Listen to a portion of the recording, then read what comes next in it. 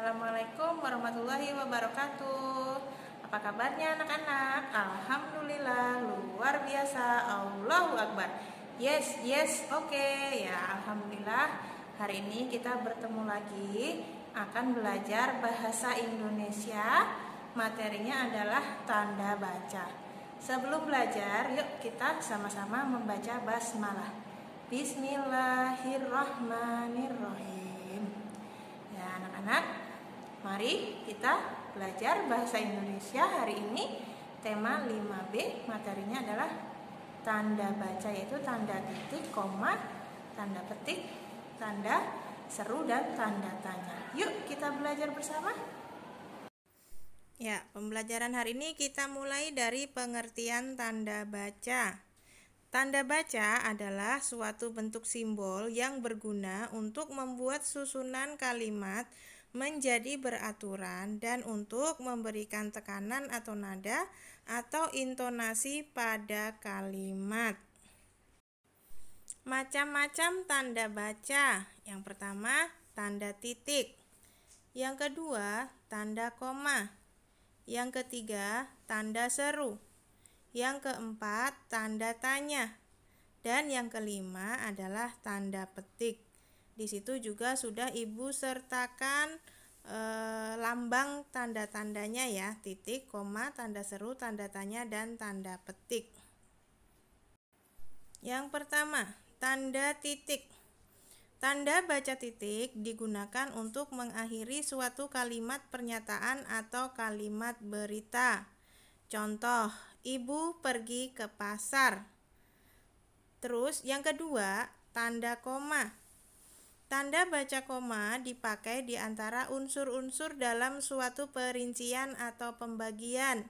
Contohnya, saya membawa tas, buku, pensil, dan penghapus saat ulangan umum. Tanda baca yang ketiga adalah tanda seru. Tanda seru digunakan untuk mengakhiri suatu kalimat perintah. Contoh, tolong ambilkan buku itu. Ya, itu contohnya. Sekarang yang keempat, tanda tanya. Tanda tanya digunakan untuk mengakhiri kalimat tanya. Contoh, berapa harga buku ini? Nah, jadi kalau kita membuat kalimat tanya atau pertanyaan dan menggunakan kata tanya, jadi sebaiknya anak-anak semua diakhiri atau mengakhiri kalimat tersebut dengan tanda tanya. Ya, sekarang yang kelima, tanda petik. Tanda petik digunakan untuk mengapit petikan langsung yang berasal dari pembicaraan dan naskah atau bahan tulisan lainnya. Dapat juga digunakan untuk menulis percakapan dalam dialog atau percakapan. Contoh, ini contoh yang pertama adalah petikan langsung yang ada di dalam wacana yang diucapkan langsung oleh tokoh ya. Contohnya, jangan tinggalkan ruangan ini. Ya, itu diakhiri dengan tanda seru karena itu adalah kalimat perintah. Karena ini diucapkan langsung, jadi ditandai dengan tanda petik. Terus yang kedua, contoh dialog. Nih, ada dua tokoh yang namanya Andi dan Randi. Nih, Andi sedang berbicara. Randi, kita main yuk. Terus Randi menjawab, mau main apa Randi? Mau main apa Andi? Itu harusnya Andi ya. Terus Andi menjawab, main bola yuk. Terus Randi menjawab, ayo. Nah, itu semuanya ditandai dengan tanda petik ya. Ya, demikianlah tadi pembelajaran kita hari ini mengenai tanda baca.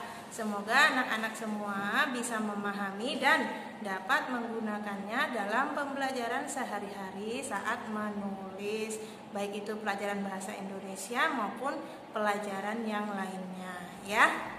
Ya, sebelum kita tutup, Ibu tidak lupa, tidak bosan-bosannya Ibu berpesan selalu jaga kesehatan, rajin-rajin cuci tangan, dan di rumah saja. Udah ya, Ibu tutup. Wassalamualaikum warahmatullahi wabarakatuh.